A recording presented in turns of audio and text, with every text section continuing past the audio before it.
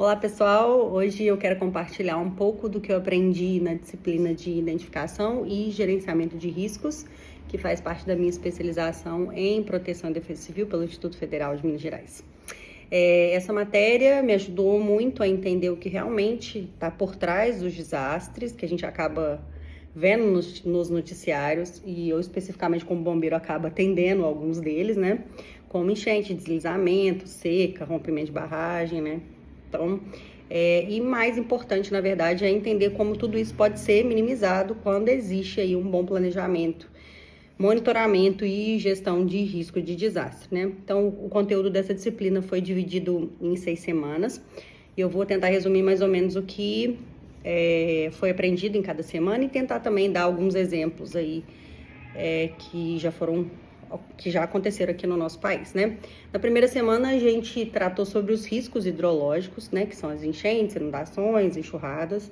A gente estudou o ciclo hidrológico, né? O funcionamento das bacias e como que o crescimento urbano acaba interferindo aí nesse equilíbrio, né? Que existia antes aí da urbanização. Então, um exemplo claro, né? Que a gente pode falar é de Belo Horizonte, né? Principalmente uma região que eu moro perto aqui, que é o Vilarinho, e outra também é Tereza Cristina, que sofrem, né?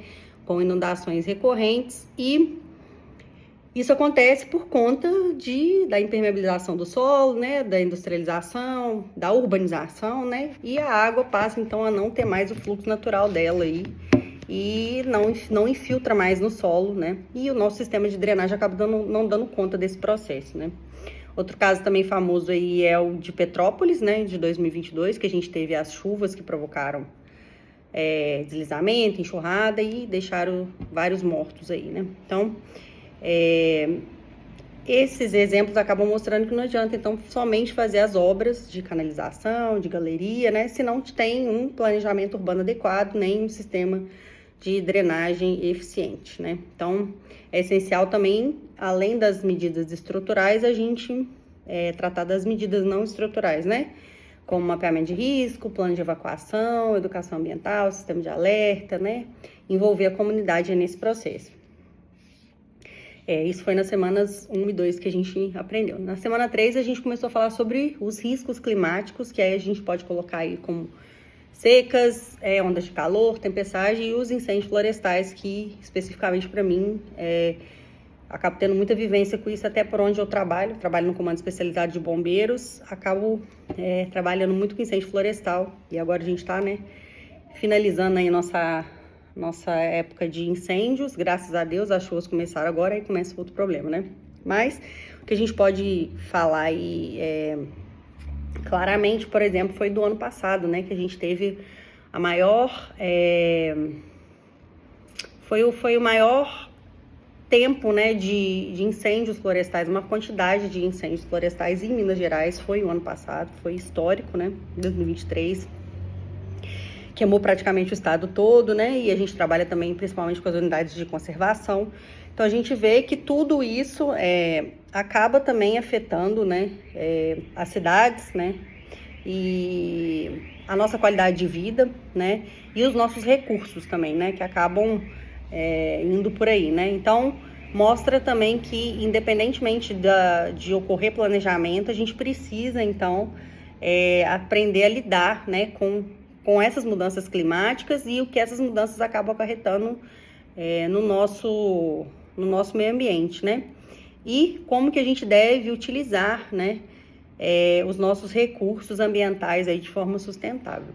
Nas semanas 4 e 5 a gente falou sobre os riscos geológicos, né, que envolve aí a movimentação de massa, né, erosão, deslizamento, etc e tal.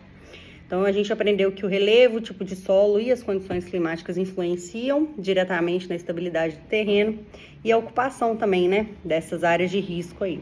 E aí, como exemplo, eu estou fazendo o curso de proteção e defesa civil do Corpo de Bombeiros nessas últimas 3 semanas, e a gente conseguiu visitar a comunidade da Serra aqui em Belo Horizonte, para a gente poder ver justamente aí como que essas ocupações em locais de risco, né, como que o solo é afetado, como que as edificações são afetadas por essas movimentações de massa que são próprias do terreno ou que são próprias de uma ocupação irregular de um terreno que não estava preparado, né, para receber, né, que não tinha como receber esse tipo de edificação, né?